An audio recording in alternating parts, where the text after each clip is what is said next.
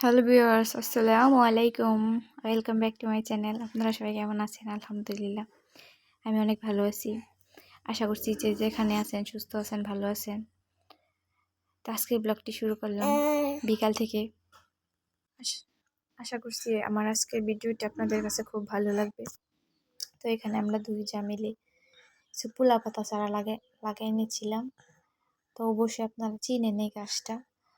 এটা খিচুড়ি বা পোলাও, তারপর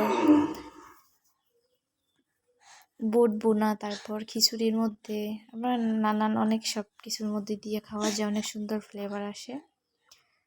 আর এই তো আমি শুধু বলি বাড়িতে কাজ চলছে সেরকমভাবে দেখাইনি।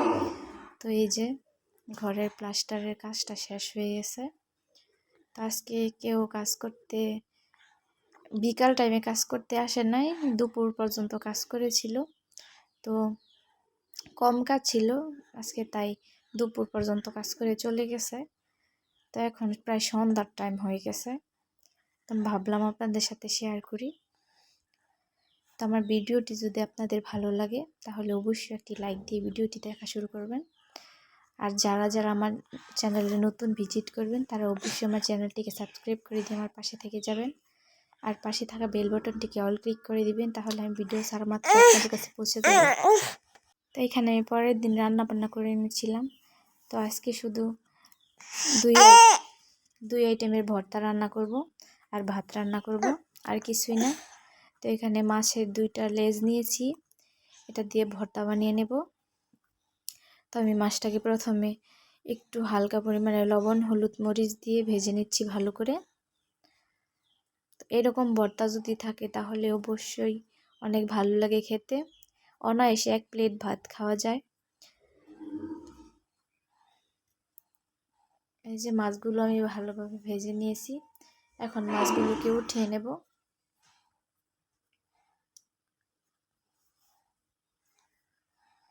এখন আমি কিছু শুকনো মরিচ ভেজে নেব।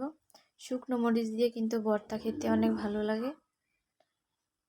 এই যে শুকনো মরিচগুলো এখন ভালোভাবে ভেজে তারপর উঠিয়ে নেব। তো হালকা হালকা জাল দিচ্ছিলাম আমি।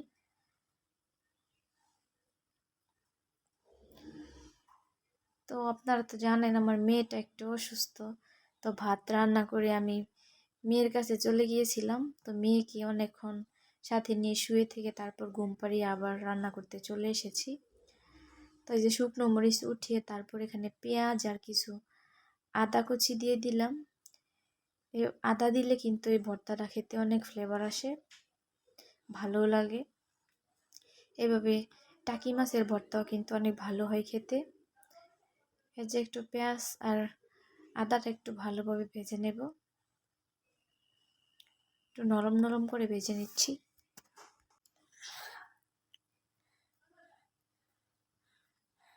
একটু ভালো করে ভাজলে তখন আর আদার কাঁচা কাঁচা থাকে না, আদাটা সুন্দরভাবে ভাজা হয়ে গেলে খেতে ভালো লাগে। এই যে আমি ভেজে এখন উঠিয়ে নিচ্ছি।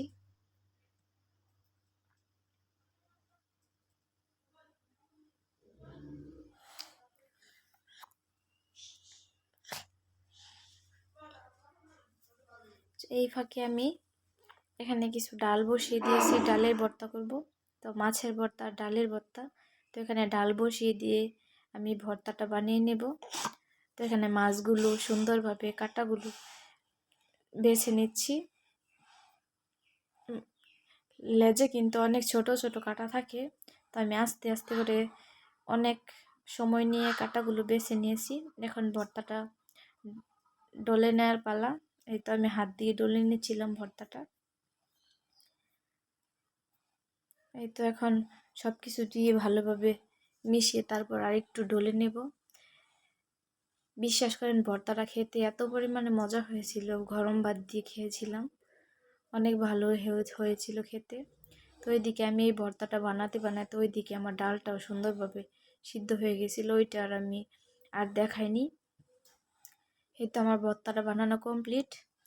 এখন আমি ডাল ভর্তাটা করে নেব। তো আমি শুকনো মরিচ ভেজে তারপর এটাতে লবণ দিয়ে রেখেছিলাম, আর সাথে পেঁয়াজ কেটে রেখে দিয়েছিলাম। মরিচটা আগে ভেজে রেখেছিলাম, যাতে ঠান্ডা হয়। তো এই তো আমি এখন ডলে নিচ্ছি। এখন ডালটা দিয়ে তারপর ভালোভাবে মিশিয়ে নেব। ডালটা অনেক গরম ছিল, তো আমি ধরতে পারছিলাম না, আস্তে আস্তে করে মাখানোর চেষ্টা করছিলাম। তো অবশ্যই একটি কমেন্ট করে জানাতে পারেন আমার আজকের ভিডিওটি আপনাদের কাছে কেমন লেগেছে। আপনাদের একটি ছোট্ট কমেন্টে কিন্তু আমার অনেক ভালো লাগে, পরবর্তী ভিডিও বানানোর জন্য আগ্রহ জাগায়। যেদিন দেখি ভিডিওতে সেরকম কোনো কমেন্ট আসে নাই, তো ওই দিন আমার কাছে খুবই খারাপ লাগে।